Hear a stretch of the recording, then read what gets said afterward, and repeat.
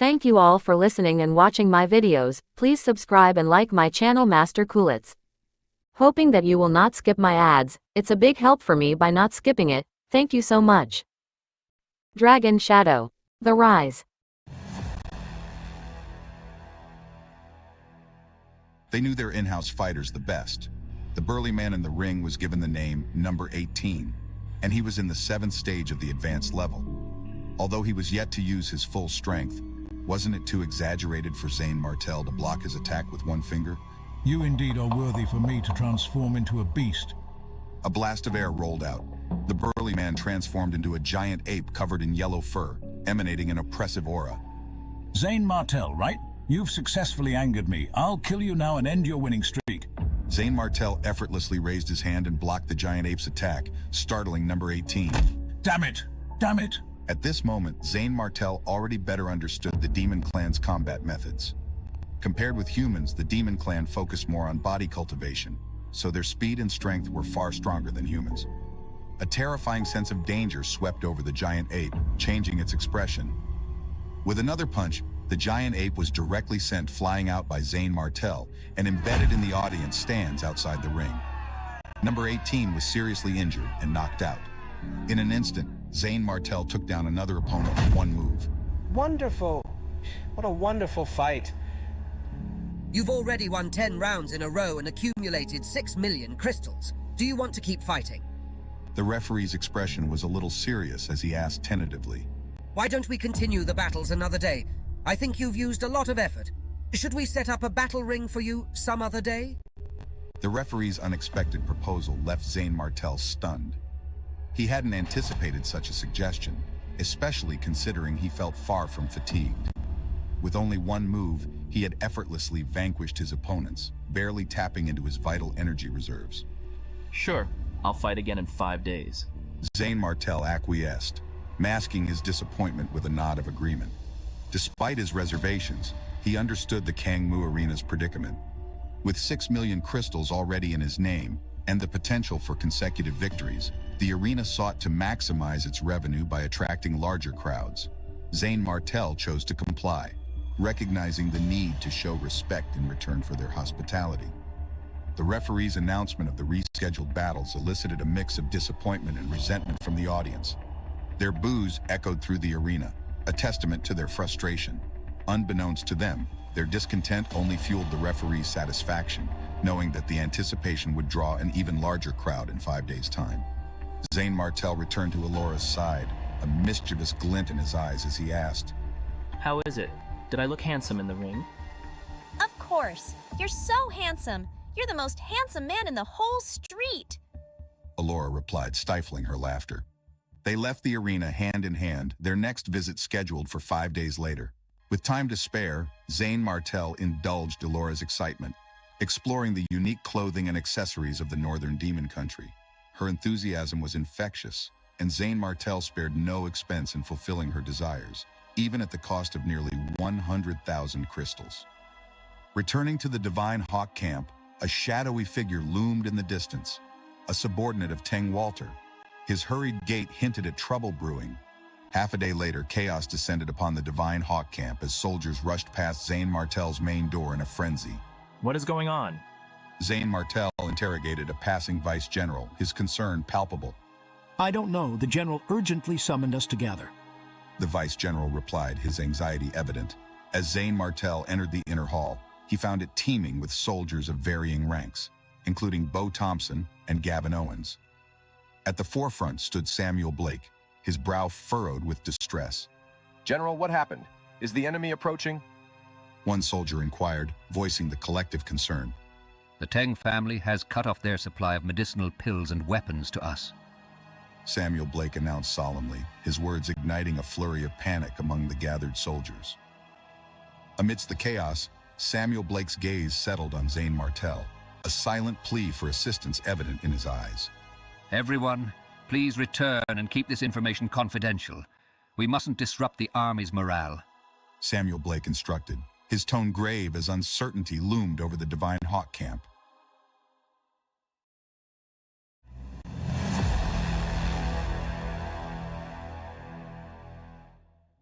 The vice generals present exchanged a look and could only return to their teams for the time being. Soon, only Zane Martell, Samuel Blake, Gavin Owens, and Bo Thompson were left in the inner hall. Zane Martell's expression was a little solemn. He did not expect the Tang family was capable of cutting off the supply for the Divine Hawk Camp. It should be noted that the resources for the army were the most important to keep the army going. If their supply of medicinal pills and weapons was cut off, Divine Hawk Camp might fall apart due to internal feuds before their enemy came to invade them. Zane Martell stepped forward with his hands cupped and said, General, I should be blamed for this. Samuel Blake sighed and shook his head. No, you're just a trigger. The Teng family has been in control of the trading between the Meadow Continent and the neighboring states, and they have always been arrogant. Before you came, the Teng family was already not on good terms with our Divine Hawk Camp. They only took advantage of your dispute with them to find fault with us. General Samuel Blake, is there no other way to salvage this? Does the Teng family provide all the medicinal pills and weapons of the Divine Hawk Camp? Can't we replace our supply with other chambers of commerce? Bo Thompson got a little anxious. The Teng family's Chamber of Commerce was the largest in the Meadow Continent, controlling nearly half of the economic lifeline of the Meadow Continent. 60% of the medicinal pills and weapons supply of the Divine Hawk Camp was from the Teng family's Chamber of Commerce. Moreover, some necessary items could only be supplied by the Teng family's Chamber of Commerce. Some smaller chambers of commerce did not have resources for those items. Most importantly, the Teng family's Chamber of Commerce owned a unique trade route throughout the northern demon country that could keep its users away from the fake royal family's interception.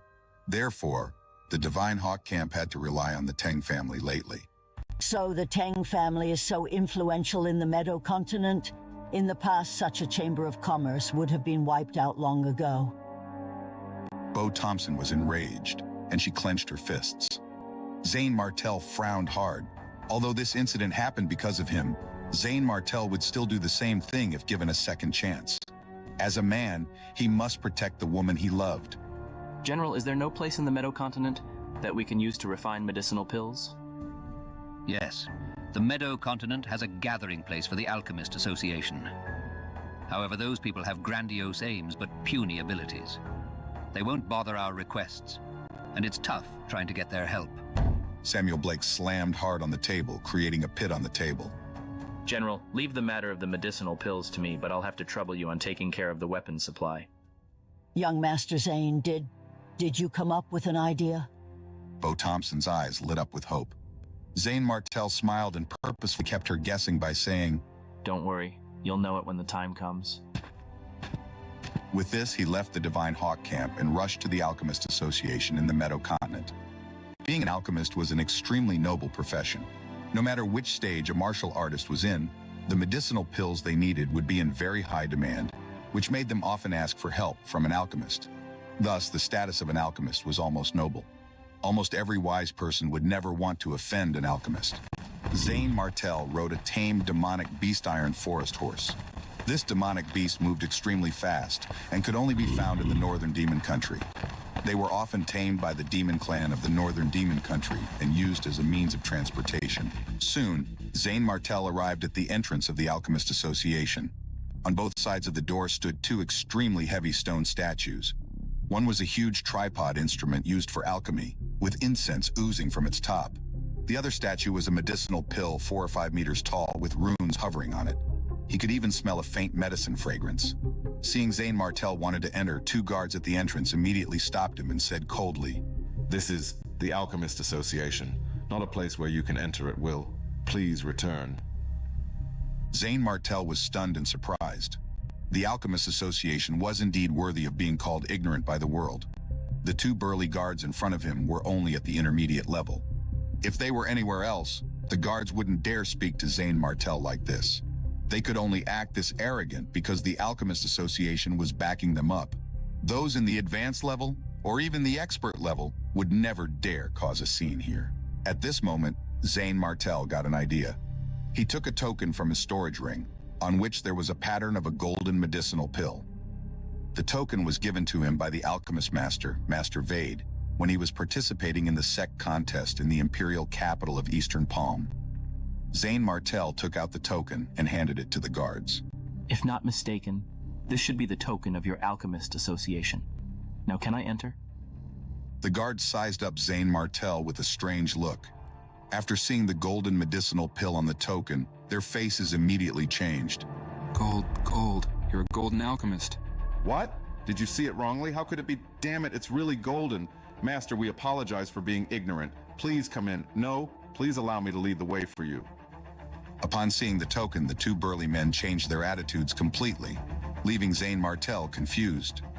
Soon, the burly men led Zane Martel into the hall and said, Master, please wait here for a while. I will immediately invite the masters of the association to meet you. After saying that, one of the guards quickly rushed in a certain direction. The other guard was very considerate and treated Zane Martel to various snacks, fruits, and good tea. Zane Martel could not help but grow curious about their attitudes. He wondered, That's strange. Is the token more useful than my cultivation level? Zane Martel was unaware of the meaning behind the golden medicinal pill. Not long after, a series of hurried footsteps came from outside the yard, followed by the sound of cursing. Golden Alchemist token? Bullshit. That guy must have deceived you. There aren't so many golden alchemists in this world. Who is so ignorant and foolish to try to fraud the Alchemist Association? Does he not know what this place is?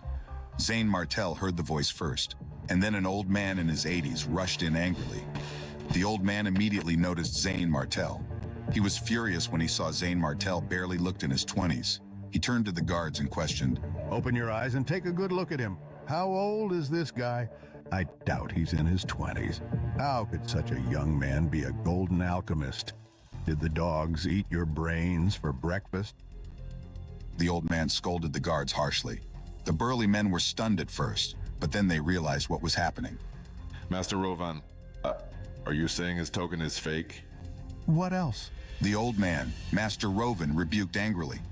Immediately, the burly men flew into a rage, and their attitudes changed once again as they questioned Zane Martel. Who the hell are you?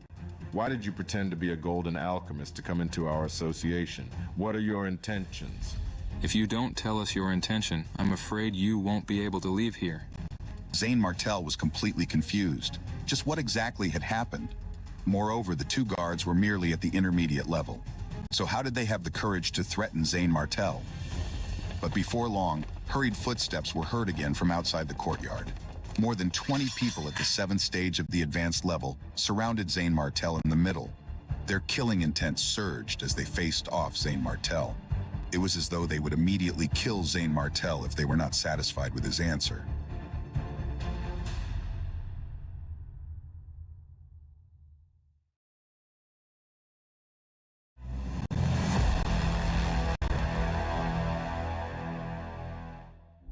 Zane Martel scanned the room with a cold gaze. He noticed a powerful aura emitted by the bodyguards.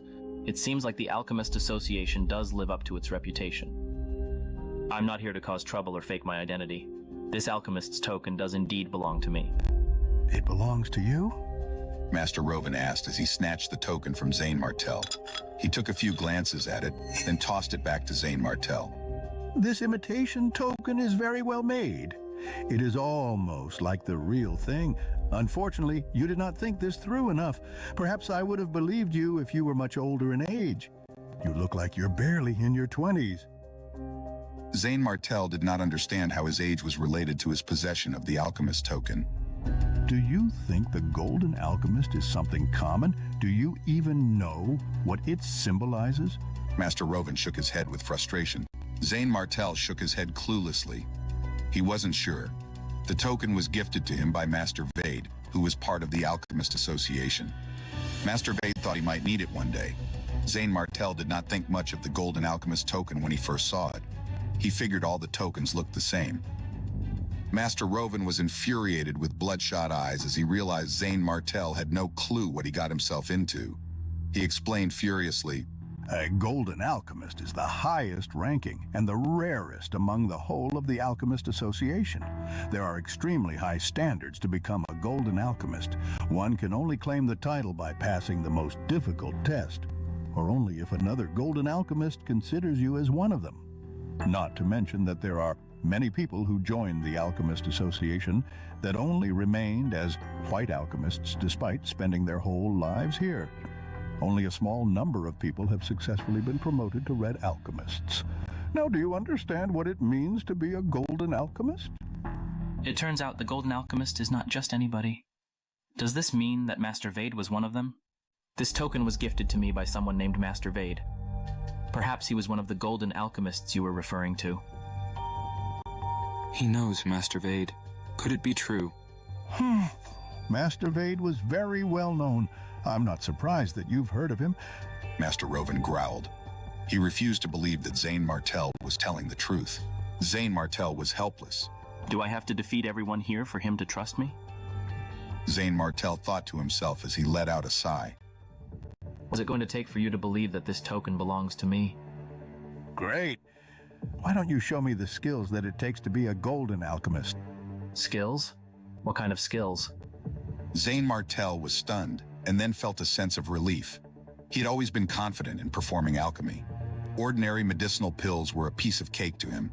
He even successfully created the Celestial Life Pill with the help of Shadow of the Dragon Devourer. Sure, what should I do? Soon, Master Roven brought him into a corridor of alchemical chambers. They were followed by almost 30 bodyguards of the advanced level. They quickly arrived in one of the alchemical chambers. There were an assortment of jade bottles in different colors sitting on the table. There are 5 kinds of medicinal pills here that range in quality. If you are an alchemist, you can easily recreate them. Zane Martel walked over, picked up the bottle, and placed it under his nose to smell it. He immediately frowned. These medicinal pills were new to him in terms of their appearances and usage. He had never seen them before. Surprise! I'm sure you have never seen these pills in the outside world before, and I don't have to be worried about you trying to fake it with pills you've gotten from the outside. If you can recreate these pills by yourself, I will then believe you. Master Roven let out a cold smile and looked at Zane Martel with disdain. In his opinion, Zane Martel couldn't be a golden alchemist at his age. He must be an imposter. Fine. I will recreate them all within 2 hours. 2 hours? Master Roven was stunned. Then he laughed out loud as if he just heard the funniest joke in the world. Although Master Roven did not make those pills, he knew very well that it was almost impossible to recreate them within 2 hours, despite being a true alchemist. In his mind, Zane Martel was digging his own grave. All right then, I will give you 2 hours, Master Roven said, as he led everyone out of the alchemical chamber and waited outside. Meanwhile, a middle-aged alchemist spoke with worry. One of the middle-aged alchemists voiced out with concern outside the alchemical chamber. Master Roven, you were so confident and mean to him. What if he is a true golden alchemist? Master Roven didn't take it seriously. If he really is a golden alchemist, I'll cut my head off for you. After everyone left the alchemical chamber, Zane Martel picked up the 5 bottles and immediately jumped into the dragon prison. He arrived at the front of the Shadow of the Dragon Devourer. Without wasting any time, he picked up the first-grade pill for the dragon-eating shadow to decrypt. Ever since Zane Martel's willpower increased a lot, he realized that the speed at which the dragon-eating shadow was decrypting had greatly increased too. And the pain he suffered was also greatly reduced. Within a minute, the Shadow of the Dragon Devourer had successfully decrypted the first pill. The information was then transferred into Zane Martel's brain and accepted by him. Next, it was the second pill. The decryption of it did not take long either. It was done within 3 minutes. When it came to the third pill, the time taken to decrypt it increased to 5 minutes long. The fourth pill took 10 minutes. Finally, the fifth pill, which was the highest grade among the pills, took him 30 minutes to decrypt. Zane Martel was very satisfied with his results. After all, a 5th-class pill could only be used by the expert level. It was not something anybody could buy with money. Its quality and rarity could not be compared to any of the other 4 pills. Zane Martel remarked, pleased with his accomplishment. There was more than an hour left before his time was up, and Zane Martel was not wasting any of it. After leaving the dragon prison, he began his alchemy. Fortunately, the herbs had already been processed, or it would not have been enough time for him. Zane Martel muttered the names of the herbs in his head as he selected them. 5-star antler flower, strange prancing grass. Ghastly tear fruit, serene orchid dew. The experience that was deduced by the dragon-swallowing shadow would directly become Zane Martell's experience and memory. It would take other people hundreds and thousands of times of expertise to obtain a degree of proficiency that Zane Martell could easily grasp. He ignited the fire, opened the elixir furnace, refined, and condensed the elixir in one go. The first kind of pill was successfully recreated in just a few minutes. The moment the lid opened, the smell of medicine spread through the air. Even the people outside the room could smell the scent. Master Roven, it's the smell of the pill. It's just a first-grade demon jade pill. What is so surprising? Master Roven continued to be unfazed about it. Zane Martell opened the lid of the furnace and saw 10 pale blue-colored pills. They were all perfectly made. Not bad. These are flawless. It looks like my alchemy skills haven't fallen behind. Let's do the next one. Zane Martell said to himself with a faint smile.